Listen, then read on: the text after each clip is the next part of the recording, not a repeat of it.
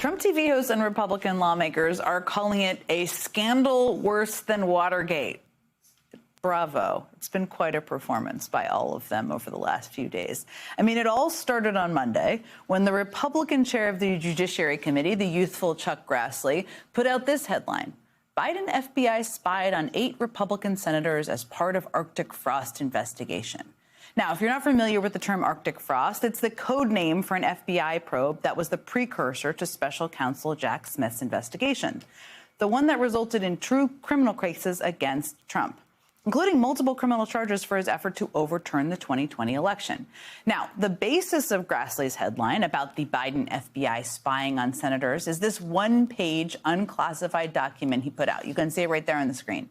That references a preliminary toll analysis conducted by the FBI in 2023 of 9 Republican lawmakers, 8 of them senators, including close Trump allies like Lindsey Graham, Josh Hawley, Tommy Tuberville, and Ron Johnson.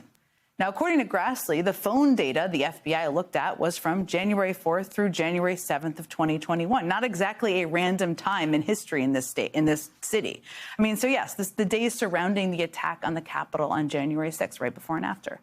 And the data showed when the calls were made and to whom, as well as the duration and the general location data of the call. That's it.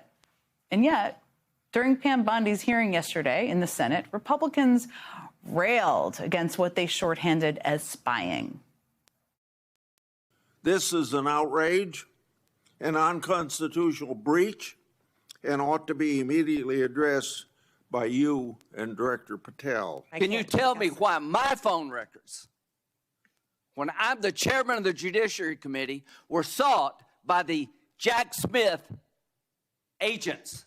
We've got a list. Tap my phone, tap Lindsey Graham's phone, tap Marsha Blackburn's phone. We've got nothing but concerns today, but no concern at all for a Justice Department that is tapping the phones of sitting United States senators because who knows why. Now they seem mad. Maybe you're wondering, is this as big of a deal as they say it is? And the simple answer is no, for a lot of reasons. I mean, for one, there doesn't seem to be any evidence whatsoever that there was some kind of gross overreach at all. I mean, as Politico reports, the request for this information was approved by a grand jury. There's also no evidence that any of these individuals had their phones tapped, as they keep saying, despite what senators like Josh Hawley have repeatedly and falsely claimed. As Politico reporter Kyle Cheney had to point out to the senator, tapping would actually involve listening to your conversations. You've just described a call log. I mean, you'd think that a Yale Law School graduate and former state attorney general might know the difference. Who knows? But Republican lawmakers in the Trump Justice Department are also acting like the existence of these call logs was being hidden. Take a listen to FBI Director Kash Patel last night.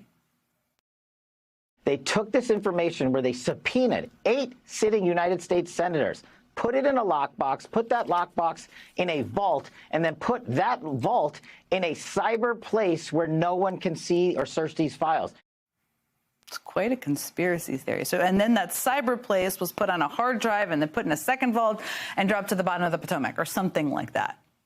Look, if Jack Smith and the FBI were trying to hide the existence of these call logs, why would he reference them in his final report that was released publicly in January? Yeah, you heard me right.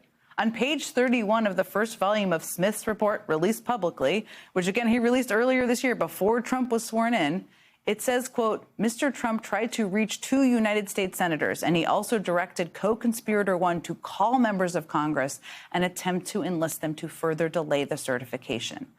And just as a side note, that's pretty relevant information about Trump and his allies' attempts to overturn an election, right? Now, there's also a footnote in Smith's report that cites the phone records for all to see.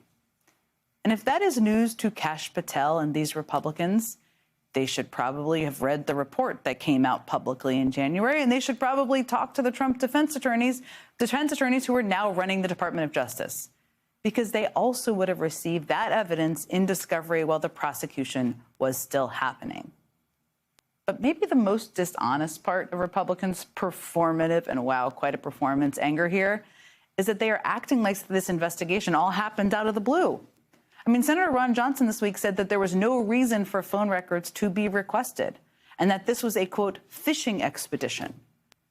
But if you're investigating the former president of the United States' effort to undermine the 2020 election, kind of makes sense for an investigator to look at who the president and his alleged co-conspirators were talking to, right? I mean, we know that Senator Ron Johnson helped coordinate an effort to get fake elector documents to former Vice President Mike Pence. We know that Trump called Senator Tommy Tuberville while the Capitol was being attacked. We know that Senator Lindsey Graham asked Georgia's top election official about tossing ballots. And we know that Senator Josh Hawley was very proudly helping lead the push to object to the Electoral College results. So yeah, Republicans are once again floating a narrative to paint themselves as victims.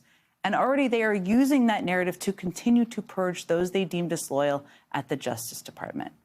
But boy, all those facts and public reports can be pesky hindrances to a good old-fashioned conspiracy theory, can't they be?